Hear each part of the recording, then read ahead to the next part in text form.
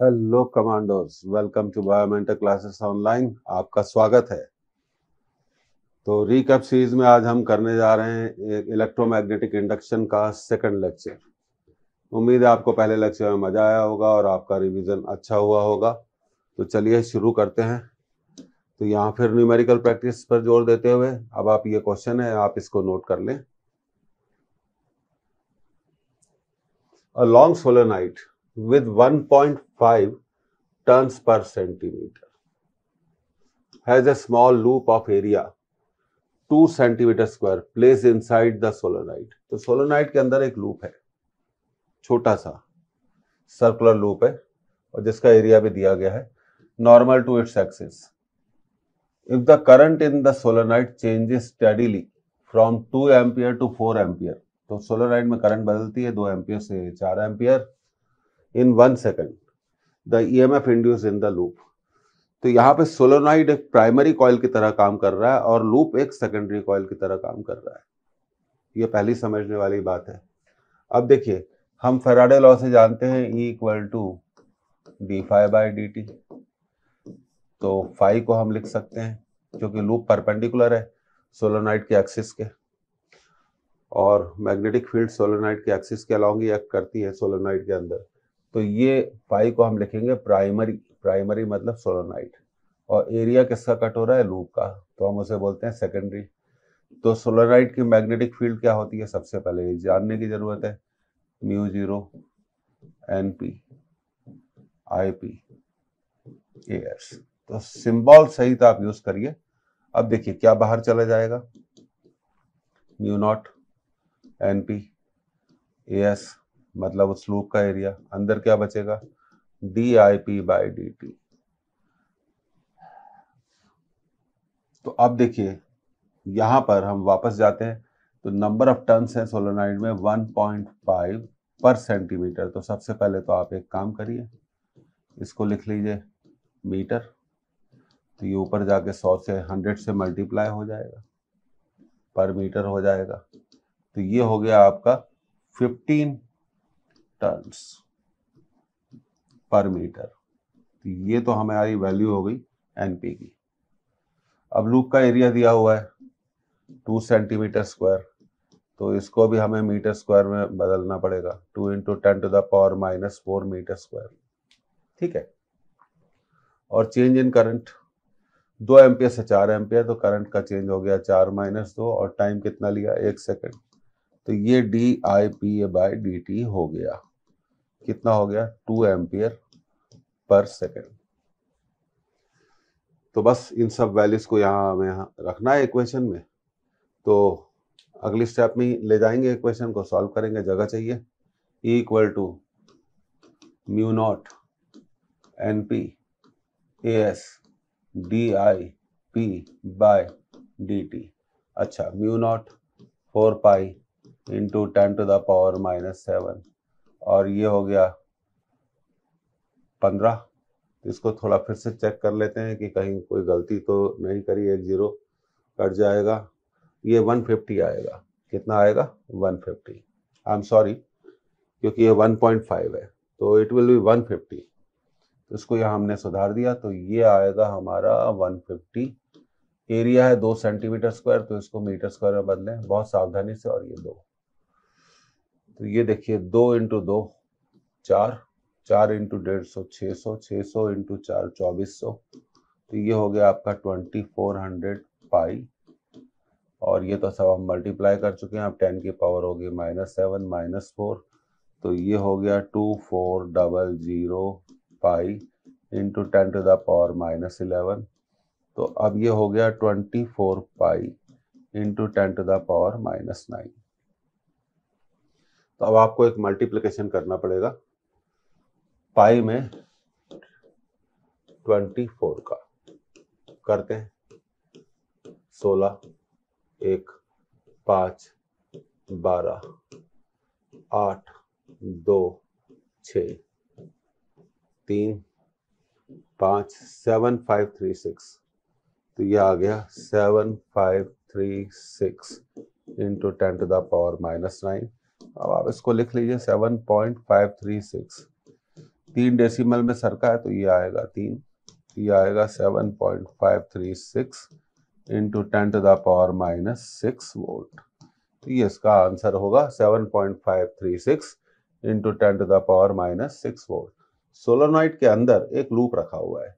Concept क्या थी? Solenoid के अंदर एक लूप रखा हुआ था। सोलेनॉइड में करंट बदल रही है, इसलिए सोलेनॉइड कहलाएगा प्राइमरी, और लूप का फ्लक्स बदलेगा तो वो कहलाएगा सेकेंडरी। तो ये थोड़ा सा ध्यान रखना। और यहाँ कैलकुलेशन में एक गलती हुई थी, तो उस गलती को तो सुधार दिया। 1.5 इंटू 100, एक जीरो तो 15 इंटू 10, 150 आना चाहिए। ये हमने गलती से 15 लिख दिया था। तो ये अच्छा सवाल है, आगे बढ़ते हैं। ये इसका आंसर आ गया। अब अगले सवाल की तरफ जा रहे हैं, इसको आप नोट कर लें।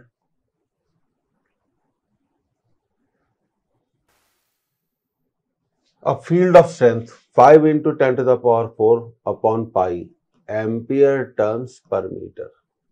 देखिए फील्ड ऑफ स्ट्रेंथ मतलब ये आपको किसकी वैल्यू दी गई है? एच की वैल्यू दी गई है। It is not the value of magnetic field, ध्यान रखो। Acts at right angle to the coil of 50 turns of an area 10⁻⁻² meter square. The coil is removed from the field in 0.1 second. Then the induced EMF in the coil is. तो सबसे पहले तो देखिए, जब coil magnetic field के अंदर थी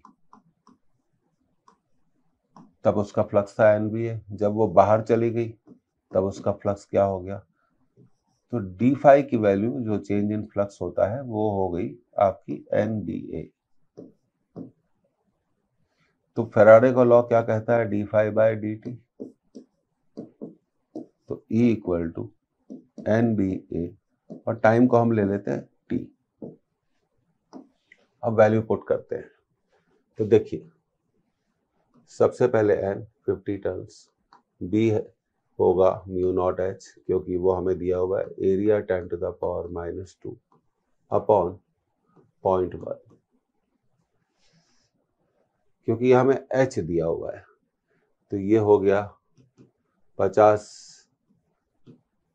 5 into 10⁻⁻1 μ0H, और ये हो गया 10⁻⁻1। आराम से करिए। तो आपका इंड्यूस ईएमएफ आएगा 5 μ0H, 5 μ0H। अब H की वैल्यू को देखते हैं। 5 इंटू 10⁻⁴, ये है 4 पाई इंटू 10⁻⁻7, और ये है 5 इंटू 10⁻⁴,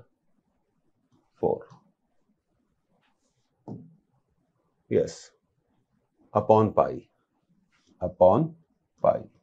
तो पाई से पाई यहाँ कैंसिल हो गया। 5 इंटू 4 20, 20 इंटू 5 100, तो ये हो गया 100, ये हो गया 10⁻⁻7 प्लस 4, ये हो गया 10⁻², 10⁻⁻3। तो इंड्यूस ईएमएफ आएगा 10⁻²-3 E इक्वल टू 10⁻⁻1, जिसको आप लिख सकते हैं 0.1 वोल्ट। क्या लिख सकते हैं? 0.1 वोल्ट लिख सकते हैं। तो जो इसका आंसर है वो है 0.1 volt. First is the right answer. तो ये ध्यान रखिए, इसमें पूरा यही चीज था। और ये H दिया हुआ है आपको 5 into 10⁻⁴ divided by pi. Magnetic field नहीं है, तो मैग्नेटिक फील्ड निकालने के लिए आपको क्या यूज करना पड़ेगा? μ0H। Properties of magnetic material में हमें इस चीज का नॉलेज मिलता है। आगे बढ़ते हैं अगले सवाल की तरफ। तो ये रहा हमारा अगला सवाल, आप इसे नोट कर ले।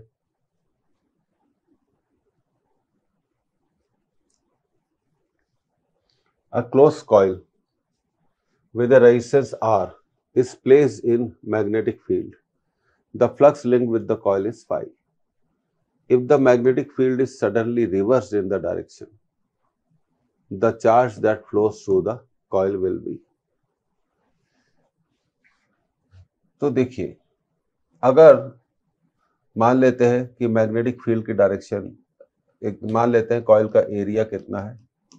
A है, और B को हम मान लेते हैं मैग्नेटिक फील्ड। तो इनिशियल फ्लक्स क्या होगा, B इंटू ए। फाइनल फ्लक्स क्या होगा, क्योंकि मैग्नेटिक फील्ड की डायरेक्शन बदल गई है, तो चेंज इन फ्लक्स कितना होगा, चेंज इन फ्लक्स होगा बी ए माइनस माइनस बी ए। तो चेंज इन फ्लक्स होगा 2BA, पर 2BA किसके बराबर है, फाई के बराबर है। तो ये पहली कंसेप्ट आ गई कि चेंज इन फ्लक्स कितना होगा, चेंज इन फ्लक्स होगा 2 फाई।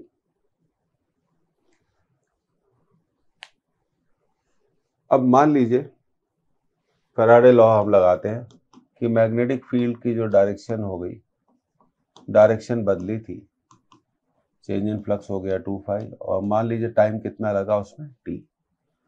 तो अब ओम्स लॉ लगाइए, E को हम लिख सकते हैं IR 2 फाई/t, I को लिख सकते हैं 2 फाई/t इंटू R। I होता है charge upon time, charge upon time, time t है।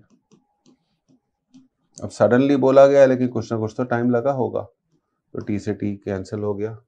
तो जो यहाँ चार्ज की वैल्यू आएगी, यहाँ जो चार्ज की वैल्यू आएगी वो कितनी होगी, 2 फाई।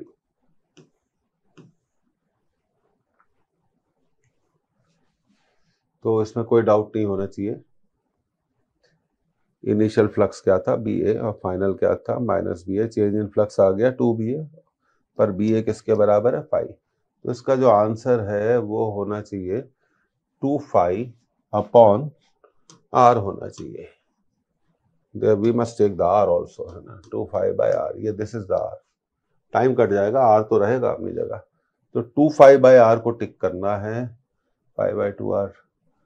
तो third is the right answer. अच्छा सवाल है, आप जानते हैं आजकल पेपर में इसी तरह के सवाल आते हैं, बहुत सिंपल होते हैं। तभी स्कोरिंग क्या जा रही है, बहुत हायर साइड जा रही है। अब हम अगले सवाल की तरफ बढ़ते हैं। ये रहा हमारा अगला सवाल। ये अच्छा सवाल है, थोड़ा इंपॉर्टेंट क्वेश्चन है, इसको आप नोट करें।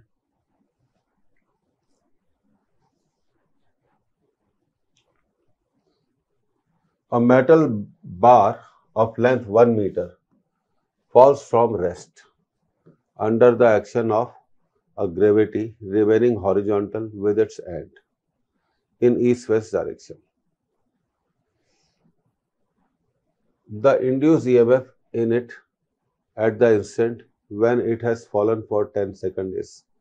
अर्थ का horizontal component of magnetic field दिया हुआ है 1.7 इंटू 10⁻⁵ टेस्ला। जी की वैल्यू दी गई है 10 मीटर पर सेकेंड स्क्वायर। पहला आंसर है 2.5 मिली वोल्ट, दूसरा आंसर है 3.2 मिली वोल्ट, तीसरा आंसर है 1.7 मिली वोल्ट, चौथा आंसर है 0.5 मिली वोल्ट। तो जैसे कि आपका बार है वो गिर रहा है, रेस्ट से स्टार्ट हो रहा है, किससे स्टार्ट हो रहा है, रेस्ट से, and it is in east west direction. अभी इसकी वेलोसिटी कितनी है, 0 है। आफ्टर 10 सेकेंड, अब 10 सेकंड के बाद इसकी वेलोसिटी बदल जाएगी, क्योंकि ग्रेविटी के कारण वेलोसिटी क्या हो जाती है, आप अच्छे से जानते हैं, चेंज हो जाती है। तो 10 सेकंड के बाद इसकी वेलोसिटी कितनी होगी, ये सबसे पहला कंसेप्ट है, v। तो सबसे पहले आप क्या करिए, v equal to u plus AT use करके 10 सेकंड के बाद वेलोसिटी निकाल लीजिए। एक्सेलरेशन क्या है, 10 दिया हुआ है, तो 10 सेकंड के बाद उसकी वेलोसिटी होगी 100 मीटर पर सेकंड। एक तो ये काम आपने कर लिया। दूसरा, वो ईस्ट वेस्ट रखा हुआ है, और जो अर्थ की हॉरिजॉन्टल मैग्नेटिक फील्ड होती है वो साउथ से नॉर्थ की तरफ एक्ट करती है, साउथ से नॉर्थ की तरफ एक्ट करती है। ये हमेशा हमें ध्यान रखना चाहिए। तो ये अर्थ की मैग्नेटिक फील्ड हो गई BH। तो हम देखते हैं कि ये मैग्नेटिक फील्ड उसकी लेंथ से भी कितना एंगल बनाती है, 90 डिग्री का एंगल बनाती है। और लेंथ से कितना एंगल बनाती है, 90 डिग्री, क्योंकि ईस्ट वेस्ट में ऐसे रखा हुआ है, ईस्ट वेस्ट में। तो ये अब उसका डायग्राम नहीं बनाया जा सकता। मान लीजिए एक बार है और ये ईस्ट वेस्ट में रखा हुआ है, और ये मेरी उंगली को आप देखिए, ये अर्थ की मैग्नेटिक फील्ड होगी, ये नीचे गिर रहा है, तो अर्थ की मैग्नेटिक फील्ड उसकी लेंथ और वेलोसिटी दोनों से कितना एंगल बनाती है, 90 डिग्री। तो फिगर में बनाना तो मुश्किल है, तो इसलिए क्या है, तो फिगर में हम इसको नहीं ड्रॉ कर सकते क्योंकि ये 3D का कंसेप्ट है। Okay, so will remove it. तो ठीक है, हम वेलोसिटी तक ही रहते हैं। तो वेलोसिटी हमारी आ गई 100 मीटर पर सेकेंड। अब आप जानते हैं कि इंड्यूस ईएमएफ क्या होता है। इंड्यूस ईएमएफ का फॉर्मूला होता है E = magnetic field, velocity and length. अब सबसे पहले देख लेते हैं कि इसकी लेंथ क्या दी गई है, 1 मीटर दी गई है, तो ठीक है। और मैग्नेटिक फील्ड अर्थ की दी गई है, वो कितनी दी गई है, वो दी गई है 1.7 इंटू 10⁻⁵, 1.7 इंटू 10⁻⁵। स्पीड हम निकाल चुके हैं, 100 मीटर पर सेकंड, लेंथ 1 है, तो इंड्यूस ईएमएफ आ जाएगा 1.7 इंटू 10⁻⁵, और ये 2 जीरो है, तो 1.7 इंटू 10⁻³ वोल्ट। और 10⁻³ वोल्ट को आप लिख सकते हैं मिली वोल्ट। क्या लिख सकते हैं, मिली वोल्ट लिख सकते हैं। तो ठीक ठाक सवाल है, ऐसे ही सवाल पूछे जाते हैं। तो इसका आंसर है 1.7 मिली वोल्ट। तो डायग्राम मत बनाइए और उसको क्या है 3D स्पेस में क्या करिए, सपोज करिए। ई स्पेस में रॉड है और ये अर्थ की मैग्नेटिक फील्ड है, जो रॉड की लेंथ से एज वेल एज उसकी वेलोसिटी से, जो कि नीचे की तरफ है, दोनों से कितना एंगल बनाती है, 90 डिग्री। हमेशा याद रखिए, मोशनल ईएमएफ में वही मैग्नेटिक फील्ड ईएमएफ इंड्यूस कर सकती है जो रॉड की वेलोसिटी से भी कितना एंगल बनाए, 90 डिग्री, एज वेल एज उसकी लेंथ से भी कितना एंगल बनाए, 90 डिग्री। तो सवाल करते वक्त इस बात का बड़ा ध्यान हमें रखना चाहिए। तो ये रहा हमारा अगला सवाल, इसको आप नोट कर लें।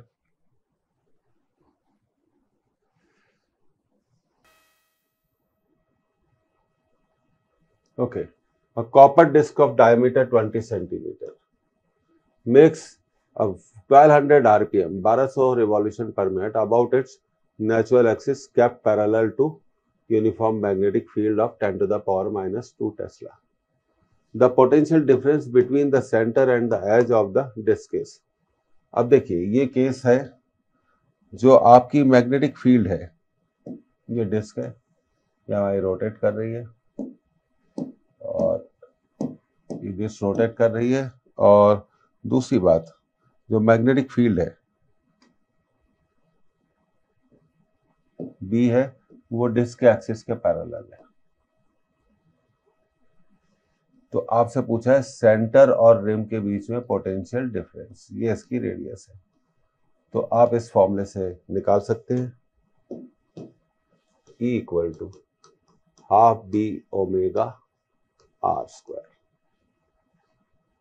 बस आपको वैल्यूज रखना है, मैग्नेटिक फील्ड की वैल्यू रखना है, हाफ। अच्छा, सबसे पहले ओमेगा आपका दिया हुआ है 1200 आरपीएम, 1200 रिवॉल्यूशन, इसका मतलब है 1200 रिवॉल्यूशन पर मिनट दिया गया है। तो एक रिवॉल्यूशन में कितना एंगल घूमती है बॉडी, मालूम होगा, 2 पाई, और 1 मिनट में कितने सेकंड होते हैं, 60। तो ये तो कैंसिल हो गया, 20। तो एंगुलर स्पीड आ गई आपकी 40 पाई। कितनी आ गई, 40 पाई। और बी दिया हुआ है हमारा 10⁻⁻²। तो 10⁻⁻², ओमेगा 40 पाई। अब रेडियस को भी कैलकुलेट करना है। तो डायमीटर दिया हुआ है यहाँ पर 20 सेंटीमीटर। तो डायमीटर अगर 20 सेंटीमीटर दिया हुआ है तो 2r क्या है, 20 सेंटीमीटर। तो r हो गया आपका 10 सेंटीमीटर, तो 10 इंटू 10⁻⁻² मीटर। तो रेडियस हो गई 10⁻⁻1 मीटर। तो ये 10⁻⁻1 का आपको स्क्वायर करना है। तो ये 20 बार कट जाएगा, 20 इंटू 10⁻⁻² हो जाएगा 2 इंटू 10⁻⁻1 पाई 10⁻⁻²। तो ये हो गया आपका 2 पाई इंटू 10⁻³ वोल्ट। अब पाई होता है आपका 3.14, तो 2 इंटू 3.14 इंटू 10⁻³ वोल्ट, तो ये हो गया आपका 6.28 इंटू 10⁻³ वोल्ट। तो ये इसका आंसर आ गया 6.28। The first answer is the right answer. ऐसे क्वेश्चन इंपॉर्टेंट होते हैं, इनकी प्रैक्टिस करिए। तो हमेशा याद रखिए, चाहे डिस्क रोटेट हो और अगर रॉड रोटेट होती है तो उसके एंड्स के बीच में पोटेंशियल डिफरेंस होता है half B omega L square, क्योंकि यहाँ पर रेडियस किसके बराबर है, रॉड की लेंथ के बराबर है। तो ये सब चीजें आपकी रिवीजन में कवर होनी चाहिए। अब आगे बढ़ते हैं। ये रहा हमारा अगला सवाल, इसको आप नोट करें।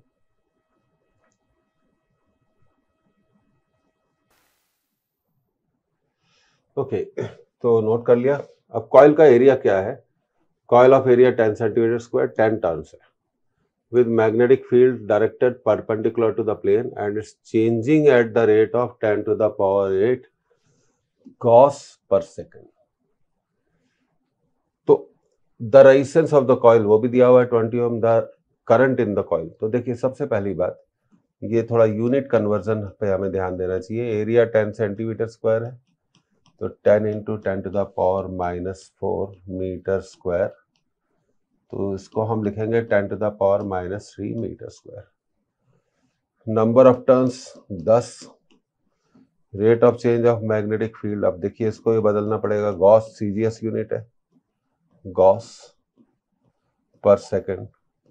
तो गॉस को टेस्ला में बदलने के लिए आप 10⁻⁻⁴ से मल्टीप्लाई कर दीजिए, तो ये बदल जाएगा टेस्ला पर सेकंड। तो ये हो जाएगा 10⁴ टेस्ला पर सेकंड। अब हम फैराडे का लॉ लगा सकते हैं। तो फैराडे का लॉ कहता है E = d∅/dt। मैग्नेटिक फील्ड हो गई आपकी, फाई को आप लिख सकते हैं NBA। तो N और B बाहर चले, N और A बाहर आ जाएंगे, मैग्नेटिक फील्ड बदल रही है, तो ये हो गया dB/dt। तो सबसे पहले EMF निकालेंगे। अच्छा, EMF को हम लिख सकते हैं IR, तो ये हो गया NA dB/dt। अब करंट का फॉर्मूला हो गया NA/R dB/dt। अब वैल्यूज पुट करेंगे। N number of turns 10, area हमने अभी एरिया कैलकुलेट किया था 10⁻⁻3, और मैग्नेटिक फील्ड dB/dt भी कैलकुलेट कर लिया था 10⁴, और R है 20। ये 10-20 को 2 बार काट देगा, तो करंट आ गई 1/2 इंटू 10⁻⁻3 10⁴। तो अब देखिए ये आ गया 10/2, तो करंट आ गई 5 एम्पियर। तो ये आ गया आंसर। बिल्कुल आराम से हमने कंफर्टेबली किया, तो आप आराम से इसे 1 मिनट में सॉल्व कर सकते हैं। 5 एम्पियर इसका आंसर है। गॉस को जरूर टेस्ला में बदलिए, हमेशा याद रखिए 1 गॉस = 10⁻⁻4 टेस्ला। और सेंटीमीटर स्क्वायर को भी मीटर स्क्वायर में आपको बदलना आना चाहिए। अब अगले सवाल पे आते हैं हम। तो ये रहा हमारा अगला सवाल। ये बड़ा अच्छा सवाल है और इम्पोर्टेंट भी है, नोट करें।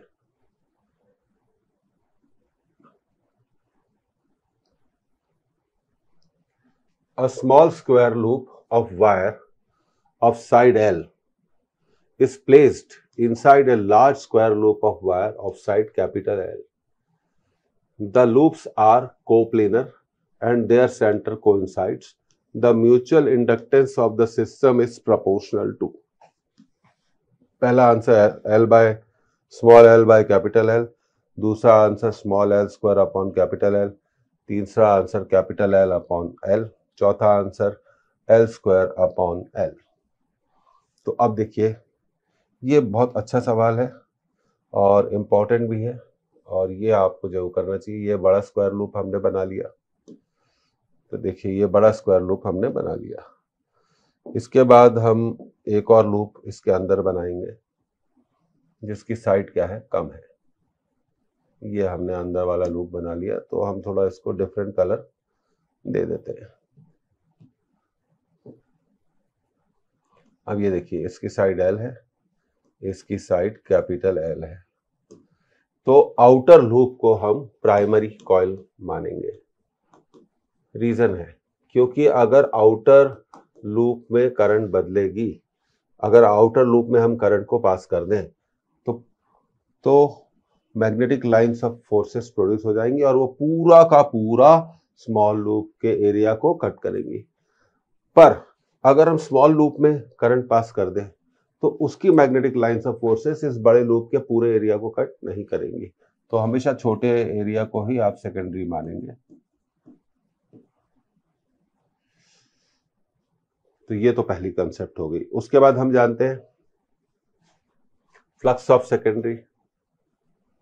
फ्लक्स ऑफ सेकेंडरी को हम लिख सकते हैं, सेकेंडरी कॉइल को हम लिख सकते हैं mutual inductance into current in primary coil. तो ये कंसेप्ट हो गई। तो इसका फ्लक्स हो गया हमारा फाई एस इक्वल टू, क्योंकि नंबर ऑफ टर्न्स तो यहां पर है ही नहीं।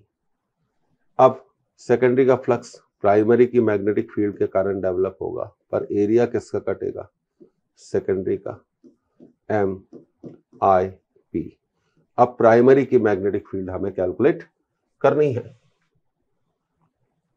और फिर इस इक्वेशन में रख देना है, तो म्यूचुअल इंडक्टेंस आ जाएगा। तो एक स्क्वायर के सेंटर पे मैग्नेटिक फील्ड अगर हमें कैलकुलेट करनी है, हम पिछले मैग्नेटिक इफेक्ट्स ऑफ करंट के चैप्टर में कर चुके हैं, लेकिन एक बार आपको फिर करके बता देते हैं। तो ये देखिए इसकी साइड है एल और इसमें करंट फ्लो हो रही है, मान लीजिए कितनी, आई। तो इसके सेंटर पे मैग्नेटिक फील्ड कितनी होगी, इसको हम कैलकुलेट करते हैं। तो सेंटर पे मैग्नेटिक फील्ड अगर आपको कैलकुलेट करना है तो स्टेप नंबर 1, सेंटर को कॉर्नर से क्या करिए, ज्वाइन करिए। जिस पॉइंट पे भी मैग्नेटिक फील्ड कैलकुलेट करना है उसको आप कॉर्नर से ज्वाइन करिए। हम इस वायर एल की मैग्नेटिक फील्ड निकालने जा रहे हैं। फिर यहाँ से परपेंडिकुलर ड्रॉ करिए आर, फिर ये एंगल निकालिए θ1 और θ2। तो एक साइड की मैग्नेटिक फील्ड आएगी μ0/4 pi I upon R sine θ1 plus sine θ2। अब r, क्योंकि लेंथ है आपकी पूरी l है, तो r क्लियरली दिख रहा है, r की वैल्यू होनी चाहिए l/2।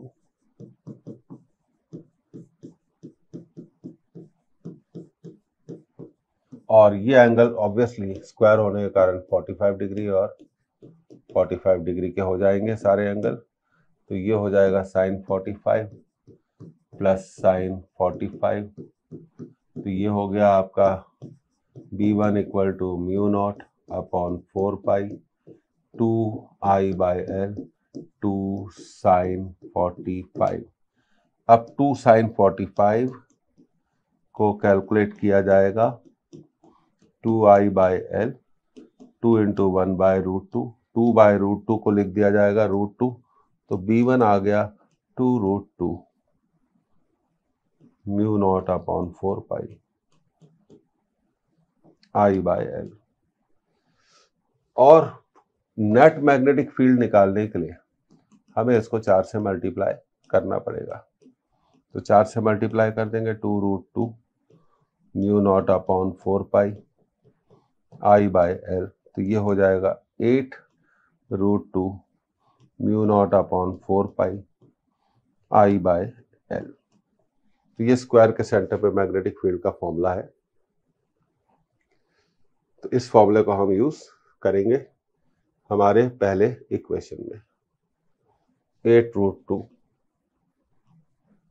Mu naught upon 4 pi current primary length L, area secondary का एरिया, छोटी कॉइल का area L into L, L square equal to M I P, I P से आई पी कट गया तो value आपको निकालनी है। m की वैल्यू आ जाएगी 8√2 mu not upon 4 pi small l square upon capital L। तो m is proportional to small l square upon capital L। ये इसका आंसर हो गया, small l square upon capital L, small l square upon capital L। तो याद भी रख सकते हैं।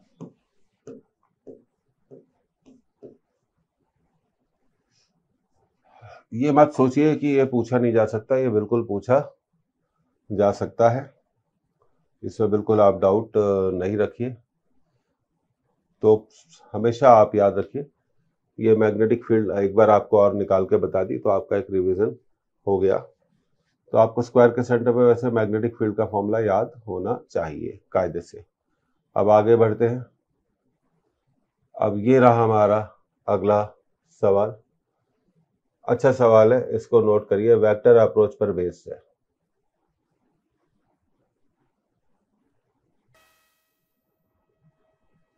A uniform magnetic field exists in the region is given by 3i plus 4j plus 5k.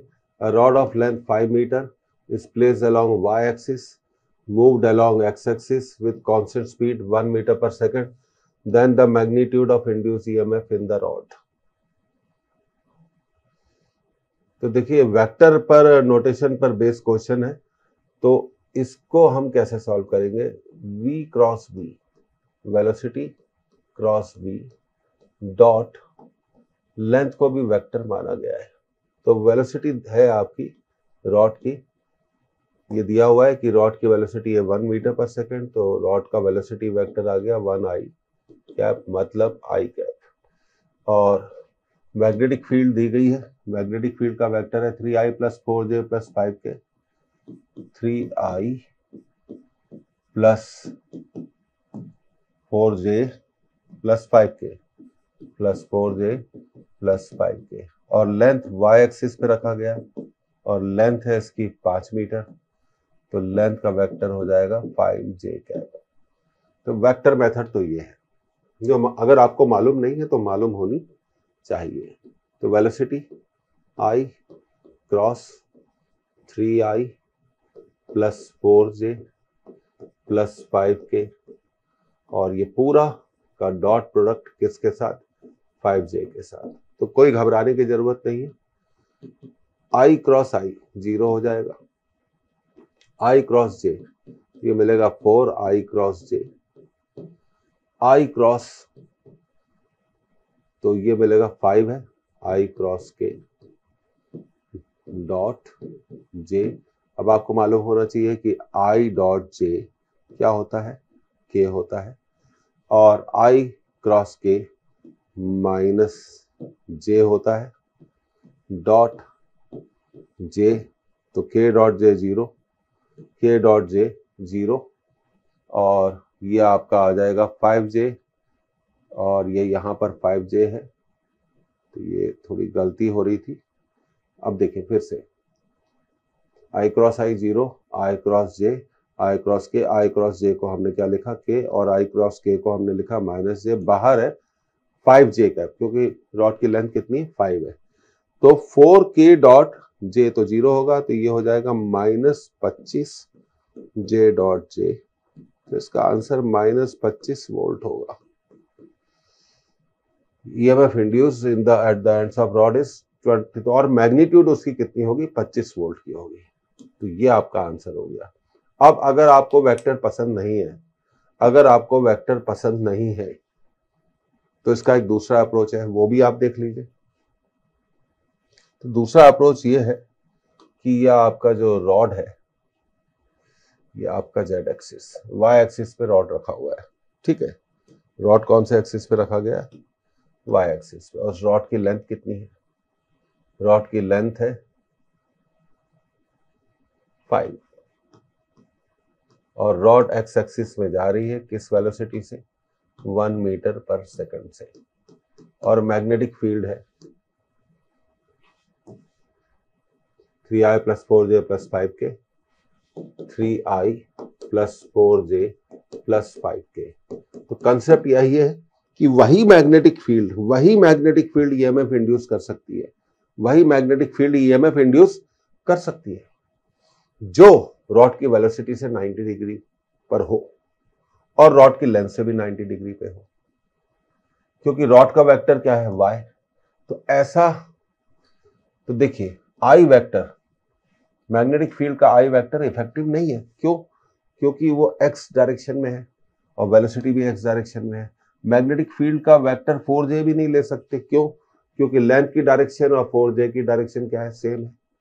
5k ले सकते हैं क्योंकि z डायरेक्शन एक ऐसी डायरेक्शन हो गई, z डायरेक्शन एक ऐसी डायरेक्शन हो गई, ये देखिए z आउटवर्ड, तो z लेंथ से भी कितना एंगल बना रहा है, 90 डिग्री, और वेलोसिटी से भी कितना एंगल बना रहा है, 90 डिग्री। तो इफेक्ट, तो आप फॉर्मूला यूज कर लो, B V L, magnetic field की कौन सी कंपोनेंट लेंगे, जेट, वेलोसिटी 1, लेंथ 5, आंसर आ गया 25 वोल्ट। तो बिना वेक्टर के आप अप्रोच से इस तरह के सवालों को कर सकते हैं। अब ये रहा हमारा अगला सवाल, ये अच्छा सवाल है, इंपॉर्टेंट है, कई बार ऐसे सवाल पूछे जा सकते हैं।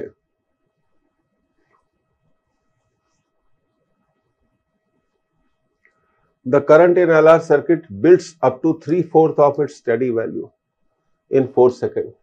Then the time constant of this circuit is. तो 4 सेकंड में करंट कितनी हो गई, 3/4। तो सबसे पहले LR सर्किट की करंट ग्रोथ का formula, I equal to I4 I not 1 minus E RT by L। I not क्या है, पीक करंट, स्टेडी करंट,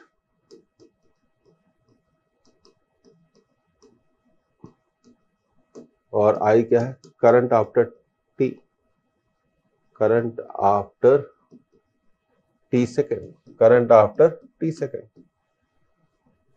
तो अब क्वेश्चन की लैंग्वेज पढ़ते हैं। 3/4 of its steady state value, steady state value in 4 second, ठीक है भाई, 3/4, तो ये हो गई 3/4 I not 1 minus E to the power minus RT by L, I not cancel, तो ये हो जाएगा 3/4 equal to 1 minus E to the power minus RT by L। बिल्कुल घबराने की जरूरत नहीं है, इसको इधर ले आइए और इसको इधर ले आइए, तो ये हो जाएगा, ई की पावर से मत घबराइए, minus RT by L, 1 minus 3/4 1/4। तो इसके बाद e to the power minus RT by L is 1/4। पलट लो, पलट लेने से इसका साइन पावर क्या हो जाएगी, पॉजिटिव हो जाएगी, 4T बाय L, और ये हो जाएगा पलटने के बाद 4/L।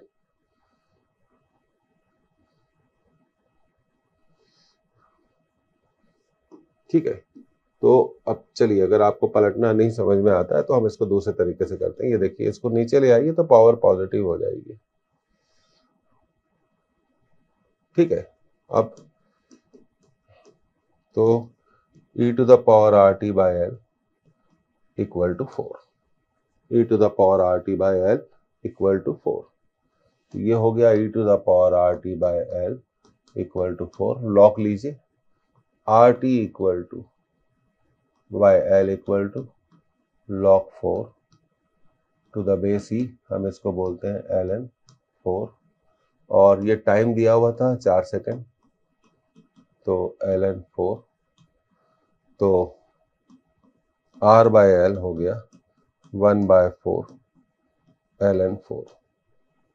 और आपको अच्छे से मालूम होना चाहिए कि टाइम कांस्टेंट क्या होता है, LR सर्किट का टाइम कांस्टेंट होता है L/R, तो इसको पलटना पड़ेगा, ये है ln4/4, तो पलट के हम लिख देंगे 4/ln4, और ln4 को हम लिख सकते हैं ln2 का स्क्वायर, तो ये हो जाएगा 4/2 ln2, 2 से 4 कट जाएगा 2 बार, तो ये हो जाएगा 2/ln2, तो ये इसका आंसर होगा। लॉग आपको आना चाहिए, तभी आप ऐसे सवालों को कर सकते हैं। कठिन और आसान वाली बात नहीं है, मैथमेटिक्स आएगी तो आसान हो जाएगा। ये इसका आंसर है। अब देखिए, अगर आपको नहीं मालूम a⁴x y है तो हम लिख सकते हैं x = log y⁴e। कि लॉग में बदलना आना चाहिए।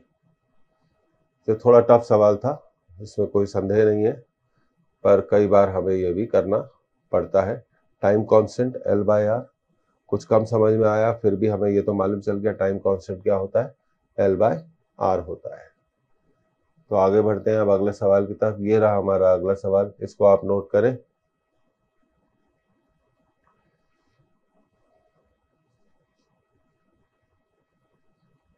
The mutual inductance between a primary and secondary circuit is 0.5 Henry. The resistance of the primary and the secondary circuit are 20 ohm and 5 ohm. To generate a current of 0.4 ampere in the secondary, current in the primary must be changed at the rate of. तो अगर हम चाहते हैं कि secondary में 0.4 ampere current generate हो, तो primary में करंट किस रेट पर बदलनी चाहिए। तो बिल्कुल घबराने की जरूरत नहीं है, हमारे पास फॉर्मूला है। EMF induce in the secondary, M mutual inductance dIP/dt।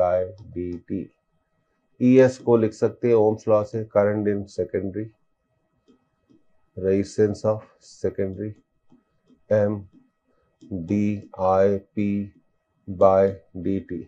अब सेकेंडरी में करंट क्या है, सेकेंडरी में करंट कितनी जनरेट करनी है, 0.4, ठीक है भाई 0.4। सेकेंडरी का रेजिस्टेंस कितना है, सेकेंडरी का रेजिस्टेंस है 5 ओम, ठीक है।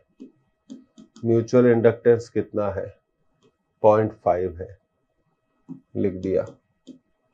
तो dIP/dt, तो ये हो गया 4 × 5/10, डेसिमल हटा दिया, ये हो गया 5/10 dIP/dt। 10 से 10 कट गया, 5 से 5 कट गया, तो सीधे सीधे सवाल सॉल्व हो गया। dIP/dt should be equal to 4 ampere per second. 4 ampere per second कितना होगा, 4 ampere per second. The first answer is the right answer. तो जनरली स्टूडेंट्स यही पढ़ते हैं फॉर्मूला, ES = MDR। लेकिन आप फॉर्मूले का ये पोर्शन भी याद रखिए। ES को हम लिख सकते हैं IS। ओम्स लॉ हम कभी भी लगा सकते हैं किसी भी सर्किट पे। तो इसका आंसर आ गया 4 एम्पियर पर सेकेंड। अब आप जो सोच रहे होंगे कि भाई प्राइमरी का रेजिस्टेंस क्यों दिया, कुछ भी दिया है, लेकिन हमारे काम का रेजिस्टेंस तो सेकेंडरी का है।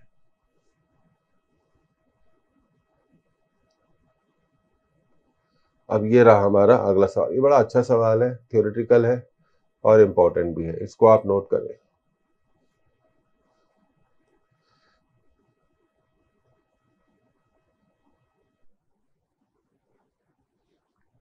The current carrying wire and the rod AB are in the same plane. The rod moves parallel to the wire with a velocity v. Which one of the following statement is true about induced EMF in the rod? And A will be at lower potential with respect to B. A and B will be at same potential. Third, there will be no induced EMF in the rod. Fourth, potential at A will be higher than that at B. तो चलिए करते हैं, इसको समझते हैं। अब ये देखिए, सबसे पहली बात, ये जो करंट फ्लो हो रही है, तो क्या ये करंट मैग्नेटिक फील्ड प्रोड्यूस करेगी? बिल्कुल करेगी। तो उस मैग्नेटिक फील्ड की डायरेक्शन सबसे पहले अंगूठे को करंट की डायरेक्शन में रखो और उंगलियों को रॉड की डायरेक्शन में रखो, तो हम देखेंगे ये करंट एक मैग्नेटिक फील्ड प्रोड्यूस करती है डॉट्स की। तो हम कह सकते हैं क्रॉस की, सॉरी, हम कह सकते हैं कि ये रॉड एक क्रॉसेस की मैग्नेटिक फील्ड में मूव कर रही है, और ये क्रॉसेस की मैग्नेटिक फील्ड किसने प्रोड्यूस करी है? किसने प्रोड्यूस करी है? इस करंट ने प्रोड्यूस करी है। अच्छा, this is the first thing. Second thing is very important. ये जो मैग्नेटिक फील्ड है, ये रॉड की लेंथ से कितना एंगल बनाती है? मैग्नेटिक फील्ड, वो मैग्नेटिक फील्ड ईएमएफ इंड्यूस कर सकती है जो रॉड की लेंथ और वेलोसिटी दोनों से कितना एंगल बनाती है? 90 डिग्री। और आप जानते हैं कि क्रॉस की मैग्नेटिक फील्ड कैसे होती है? यस, तो ये क्रॉसेस की मैग्नेटिक फील्ड वेलोसिटी से भी 90 डिग्री बनाती है, एज वेल एज, समझ रहे हैं बात को, और लेंथ से भी 90 डिग्री, तो ईएमएफ इंड्यूस होगा। तो ये आंसर कहते हैं कि there will be no induce EMF in the rod, तो ये तो गलत आंसर है भाई, ईएमएफ तो इंड्यूस होगा। अब सवाल ये उठता है कि कौन सा एंड हाई पोटेंशियल पे है, कौन सा एंड लो पोटेंशियल पे है, तो उसके लिए थोड़ा हम एक बड़ा डायग्राम से उसको समझने की कोशिश करेंगे। ये देखिए, इसको आप कई तरह से समझ सकते हैं। कई बुक्स में अप्रोच ऐसे दी गई, मान लीजिए रॉड में क्या है, रॉड में दो तरह के चार्जेस होंगे, एक प्लस होगा और एक माइनस होगा। तो हम क्या करेंगे, हम प्लस से सॉल्व करेंगे। किससे सॉल्व करेंगे? क्योंकि एक कंडक्टिंग रॉड के अंदर आयंस होते हैं, पॉजिटिव आयन। रॉड कहाँ जा रही है? राइट में। तो रॉड किस में मूव कर रही है? एक मैग्नेटिक फील्ड में मूव कर रही है। रॉड किस में मूव कर रही है?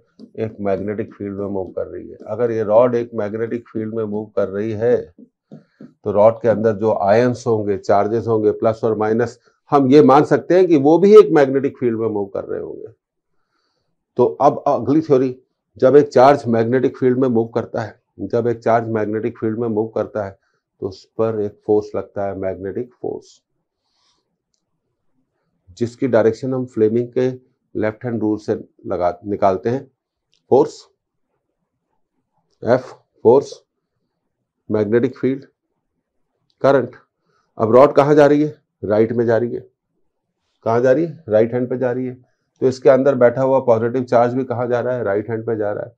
तो ये करंट की डायरेक्शन मानी जाएगी, क्योंकि ये माना जाता है कि पॉजिटिव चार्ज हमेशा करंट की डायरेक्शन में ही मूव करता है। एफ बी आई, करंट की direction, current. Magnetic field cross की है, ये फिंगर मैग्नेटिक फील्ड की है, तो इसको क्रॉस का मतलब नॉर्मल एंड इनवर्ट, नॉर्मल है और अंदर की तरफ है, तो ये हमने लगा दिया। तो हमें पता चला कि इस पॉजिटिव चार्ज पर फोर्स, मैग्नेटिक फोर्स ऊपर की तरफ लगता है। तो थोड़ी देर के बाद क्या सिचुएशन होगी? थोड़ी देर के बाद ये सिचुएशन होगी कि इस रॉड के इस एंड पर पॉजिटिव चार्ज इकट्ठे हो जाएंगे। अगर इस एंड पर पॉजिटिव चार्ज इकट्ठे हो जाए, तो दूसरे एंड पर कौन से चार्ज इकट्ठे हो जाएंगे? Negative charge. तो ये एंड ए है और ये एंड बी है, तो जहां पॉजिटिव चार्ज एक्यूमुलेट होगा, जहां पॉजिटिव चार्ज इकट्ठा होगा, वो एंड पॉजिटिव हो जाएगा। जहां नेगेटिव चार्ज एक्यूमुलेट होगा, वो एंड क्या हो जाएगा? नेगेटिव हो जाएगा। और फिर इसमें हम पढ़ते हैं कि पॉजिटिवली चार्ज बॉडी का पोटेंशियल नेगेटिवली चार्ज बॉडी के पोटेंशियल से ज्यादा होता है। तो potential of and A, potential of and A should be greater than the potential of and B. तो A का पोटेंशियल B के पोटेंशियल से ज्यादा होना चाहिए। तो आपका राइट आंसर क्या है? चौथा। ऐसे सवाल डेफिनेटली क्या है? इंपॉर्टेंट है, इसमें कोई डाउट हमें नहीं रखना चाहिए। अब ये रहा हमारा अगला सवाल, इसको आप नोट कर लें। सवाल लगातार जारी रहेंगे और हम लगातार पढ़ते रहेंगे। A rectangular coil of 20 turns and area of cross section 25 square centimeter, has a resistance of 100 ohm. If a magnetic field which is perpendicular to the plane of coil changes at the rate of 1000 Tesla per second, the current in the coil is 1 ampere, 50 ampere, 0.5 ampere, 5 ampere. बिल्कुल ये वैसे ही question है जो आजकल NEET में पूछे जाते हैं, बिल्कुल वैसे ही इसको एडजस्ट किया गया है।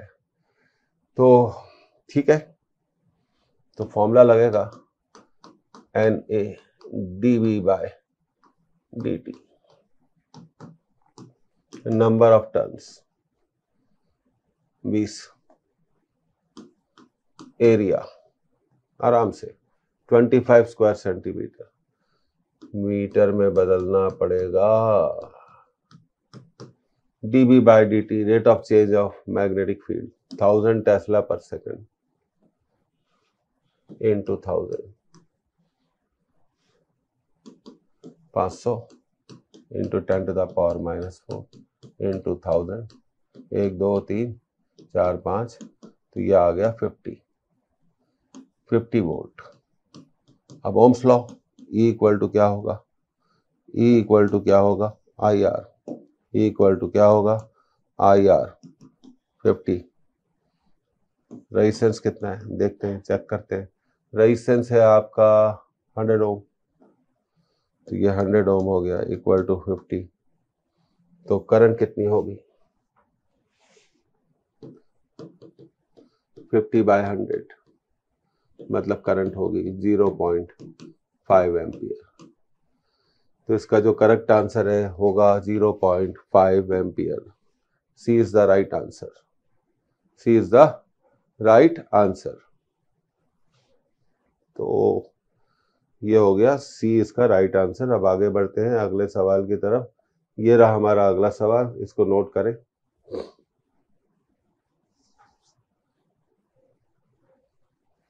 A magnetic field of 2 into 10 to the power minus 2 Tesla acts at right angle to a coil of area 100 centimeter square with 50 turns. The average EMF induced in the coil is 0.1 volt when it is removed from the field in t second. The value of t is। तो question का यह होता है कि coil को अगर हम field से हटा देते हैं तो 0.1 वोल्ट का ईएमएफ इंड्यूस हो जाता है, और हमने इसे हटाने में कितना टाइम लिया, t सेकंड, तो t निकालो। तो ठीक है, बहुत सिंपल है सवाल। पहले कॉइल नंबर ऑफ टर्न्स देख लेते हैं। यस, पहले कॉइल का फ्लक्स था NBA, जब उसे फील्ड से हटा देते हैं तब उसका फ्लक्स हो जाएगा 0। तो चेंज इन फ्लक्स हुआ NBA minus 0, change in flux हुआ NBA। तो फैराडे लॉ कहता है induce EMF equal to d∅ by dt। ये दिया हुआ है 0.1, चेंज इन फ्लक्स NBA, और टाइम दिया हुआ है t। तो t आ जाएगा NBA अपॉन 0.1, 10 NBA, 10 NBA। और टाइम कितना आ जाएगा, 10 NBA। तो 10 NBA। अब n देखते हैं, 50, 1 बाय 1 वैल्यू पुट करेंगे, 50। Magnetic field 2 into 10 to the power minus 2 Tesla, बिल्कुल गलती नहीं होनी चाहिए, 2 into 10 to the power minus 2 Tesla. अब बचा एरिया, एरिया है 100 सेंटीमीटर स्क्वायर। तो 100 सेंटीमीटर स्क्वायर को हम लिख सकते हैं 10 to the power minus 4। 50 into 2 100, 100 into 10 1000, 1000, 10 to the power minus 2 into 100, ये तो कट गया, और ये बचा 10 to the power minus 4। तो ये बचा 10 to the power 3, ये बचा 10 to the power minus 4। तो ये हो गया t equal to 10 to the power 3 minus 4, t equal to 10 to the power minus 1 second, t equal to 0.1 second. तो इसका आंसर होना चाहिए 0.1 सेकेंड।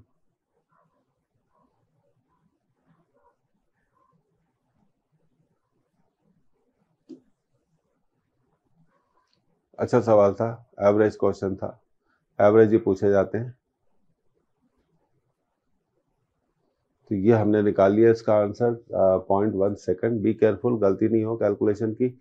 अब ये रहा हमारा अगला सवाल, इसको नोट किया जाए।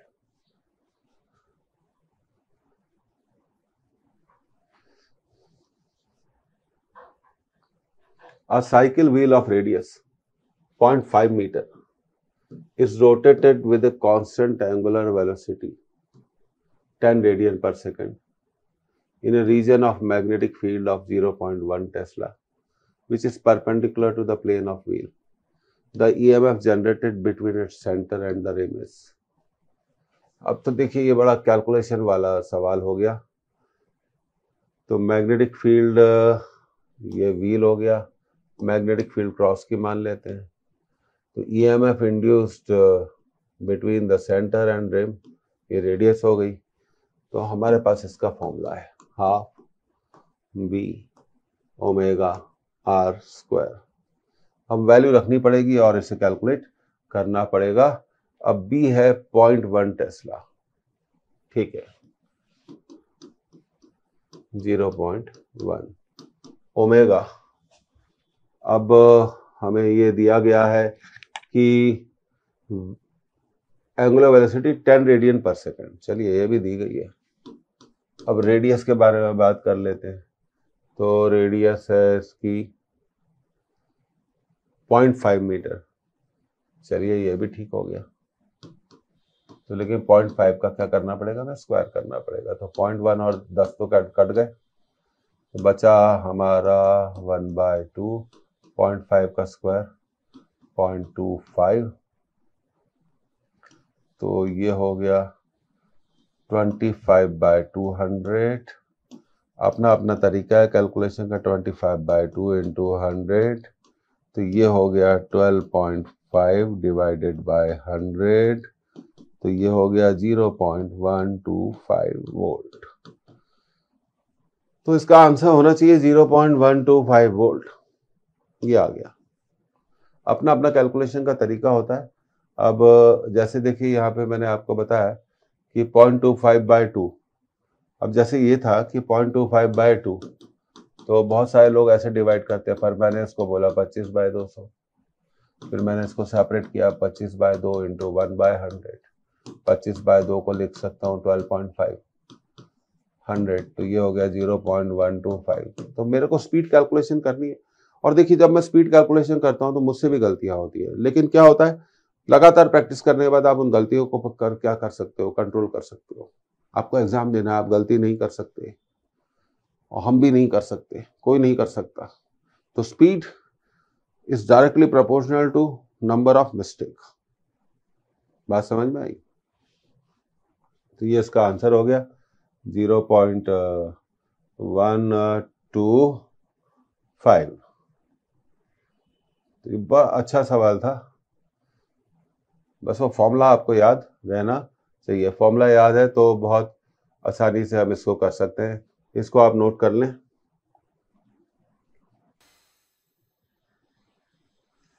अब देखिए क्वेश्चन बहुत सिंपल है। एडी करंट्स आर प्रोड्यूस्ड, बिल्कुल एनसीईआरटी में ये दिया हुआ है।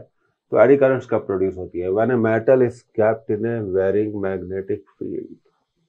ये तो फैक्चुअल बेस्ड क्वेश्चन है कि जब, अब कैसे प्रोड्यूस होती है ये आप जरूर देख लीजिए। मान लीजिए एक मेटेलिक पीस है, ये मेटेलिक पीस हम ले लेते हैं और देखिए, और इसको, हाँ अब देखिए एडी करंट्स कैसे, अगर हम इसे एक वेरिंग मैग्नेटिक फील्ड में रखेंगे, मान लीजिए हम इसे एक वेरिंग मैग्नेटिक फील्ड में रख रहे हैं, तो वेरिंग मैग्नेटिक फील्ड का मतलब बदलने वाली मैग्नेटिक फील्ड।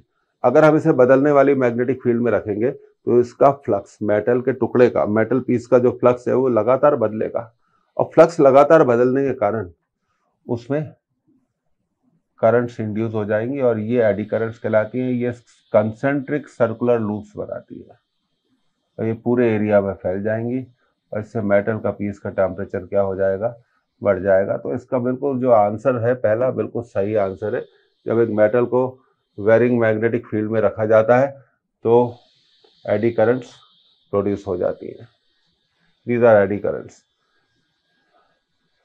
तो उम्मीद है ये बात आपको समझ में आ गई होगी। अब इस इलेक्ट्रोमैग्नेटिक इंडक्शन का ये सेकंड रिकैप सीरीज का सेकंड लेक्चर था। कोशिश अपनी तरफ से हम पूरी कर रहे हैं कि हम ज़्यादा से ज़्यादा आपको सवाल कराएं। बीच में हो सकता है कुछ सवाल कठिन भी आ जाते हैं, फिर भी उन्हें लिया जाता है ये सोच के कि जो 50 क्वेश्चन का पेपर आता है उसमें से कम 7 या 8 तो क्वेश्चन टफ आते ही है और बाकी सिंपल आते हैं। और सिंपल में भी हम स्कोर क्यों नहीं कर पाते हैं, क्योंकि नेगेटिव हो जाते हैं। नेगेटिव क्यों हो जाते हैं?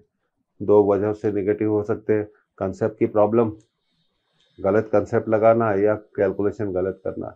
तो रिवीजन का पर्पस ही ये है कि इन सब चीज़ों पे काबू पाया जा सके। और फिर मिलेंगे रिकैप सीरीज के अगले लेक्चर में। ये मुलाकातें जारी रहेंगी और लगातार सवाल भी जारी रहेंगे। Thank you for joining it. See you in the next lecture. Bye bye.